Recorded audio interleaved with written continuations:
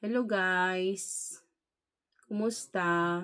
Ang episode natin today ay gagawa ako ng herbal.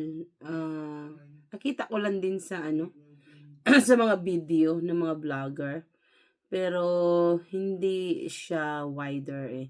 Kaya gagawa ako. Maganda din daw to sa immunity. Kaya gagawa ako ngayon. May ginagayat na ako na mga ingredient niya: bawang, ginger, lemon, at saka onion.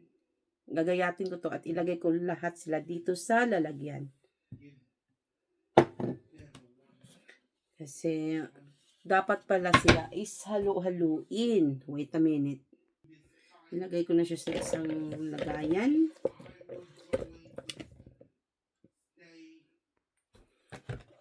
Ito na siya. Ihalo-haluin lang ito lahat. Tapos ilagay mo siya sa container. Ito ang container ko. Any container basta malinis. Ilagay mo lang siya. Upo na lang tayo.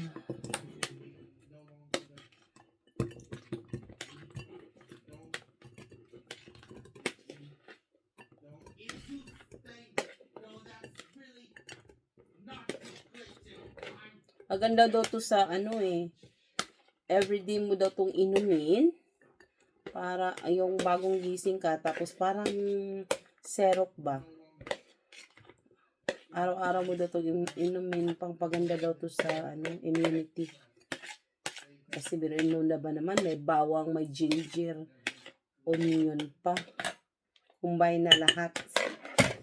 Ito na siya. Tapos lalagyan ko siya ng anong tawag nito?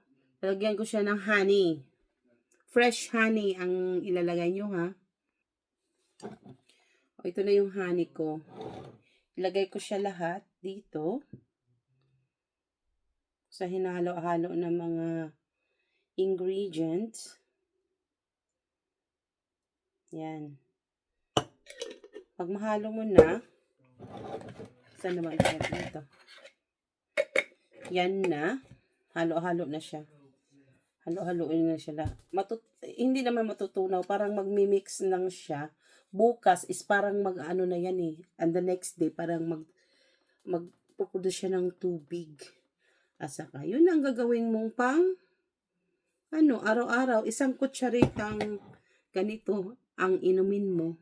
At saka, pagkatapos mo inumin din, tubig. That's it. Yun lang ang isi-share ko sa inyo. Cheap pa siya. Madali lang bilhin kaysa gamot, at least herbal medicine, di ba? Nakatulong ka pa sa kapwa mo. Okay? Yun lang for today. Bye for watching. Thank you for watching, and please like and share my video. Bye!